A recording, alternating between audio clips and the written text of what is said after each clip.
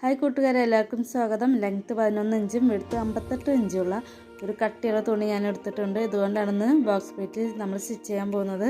2 വയസ്സുള്ള കുട്ടികൾക്ക്, 2 വയസ്സ് മുതലുള്ള കുട്ടികൾക്ക് പാകമായ അളവാണിത്. അപ്പോൾ നമ്മൾ ആദ്യം ഇതുപോലെ സാധാരണ പാവാട പ്ലീറ്റ്സ് എടുക്കുന്നത് പോലെ എടുക്കണം. ഒരു 1/2 ഇഞ്ച് നമ്മൾ സീം അലവൻസ് ആയിട്ട് എടുക്കുന്നുണ്ട്. എന്നിട്ട് ഇതുപോലെ ഒരു പിൻ ചെയ്ത് വെക്കുക. പിൻ ചെയ്ത് വെക്കുന്നത് ആ പ്ലീറ്റ്സ് അതുപോലെ നിൽക്കാനാണ്. നമുക്ക് ഈ പ്ലീറ്റ്സൊക്കെ വെച്ചതിന് ശേഷം നല്ല കറക്റ്റായിട്ട് അടിക്കാൻ വേണ്ടിയാണ് നമ്മളിങ്ങനെ പിന്നൂത്തി വെക്കുന്നത്.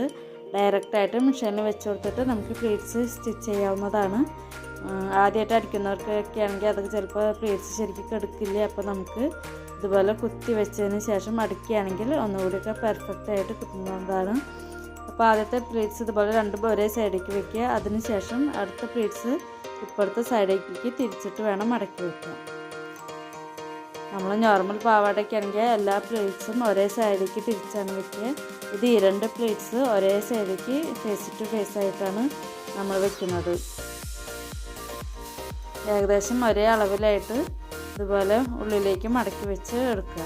എല്ലാ പ്ലേറ്റ്സും ഒരേ വലുപ്പത്തിലായിരിക്കണം. അതിനുശേഷം ഇതുപോലെ ഒരു സൂചി എടുത്ത് ഞാൻ കുത്തി വയ്ക്കുന്നുണ്ട്.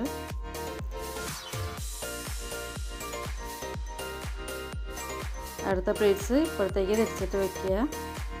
ഇങ്ങനെ ഈ 2 പ്ലേറ്റ്സ് എടുത്തിട്ട് ഒരേ സൈഡിലേക്ക് വന്ന രീതിയിൽ തിരിച്ചും മറിച്ചൊക്കെ വെക്കേണ്ടതാണ്. അതിനുശേഷം ഇതുപോലെ സൂചി കുത്തി കൊടുക്കുക. ഓരോ പ്ലേറ്റ്സ് ഇതുപോലെ നിവർത്തി മടക്കിയിട്ട് നല്ല ഭംഗിയിൽ അമർത്തി വെച്ച് കൊടുക്കാവുന്നതാണ്.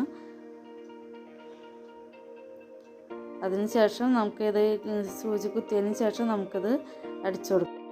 ഇത് നല്ല കട്ടിയുള്ള ക്ലോത്താണ്, പാൻറ്റൊക്കെ അടിക്കുന്ന ക്ലോത്താണിത്. ഏകദേശം ഒരു 1/2 ഇഞ്ചോളം ഞാൻ 1 ഇഞ്ചോളം ഉള്ളിലേക്ക് ആക്കുന്നുണ്ട്. അതുപോലെ ഒരു പ്ലേറ്റ്സിൻ്റെ വീതിയും ഏകദേശം 1 ഇഞ്ചൊക്കെ വരുന്നുണ്ട്. ഇതുപോലെ ആക്കിയതിന് ശേഷം ഞാനിത് അയൺ ചെയ്യുന്നുണ്ട്. നന്നായിട്ട് നല്ല ചൂടിൽ വേണം അയൺ ചെയ്യാൻ, എങ്കിലാണ് പ്ലേറ്റ്സ് നല്ല പെർഫെക്റ്റായി കിടക്കുള്ളൂ.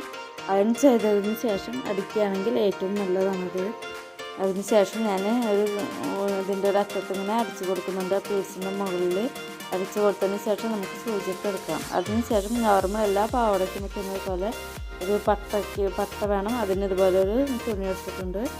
നമ്മൾ സാധാരണ പാവാടയ്ക്ക് എല്ലാ പാവാടയിലും പട്ട വെക്കുന്നത് പോലെ തന്നെ മറിച്ച് അടിച്ചു കൊടുത്തിട്ടുണ്ട്. അതിന് വേണ്ട ഒരു ഇലാസ്റ്റിക് എടുത്തിട്ടുണ്ട്. ഇലാസ്റ്റിക് അതിൻ്റെ ഉള്ളിലേക്ക് നമ്മൾ പുറത്ത് കൊടുത്തിട്ടുണ്ട്. ഇലാസ്റ്റിക്കിൻ്റെ വീതിക്ക് അനുസരിച്ചാണ് നമ്മൾ പട്ട വെച്ച് കൊടുക്കുന്നത്.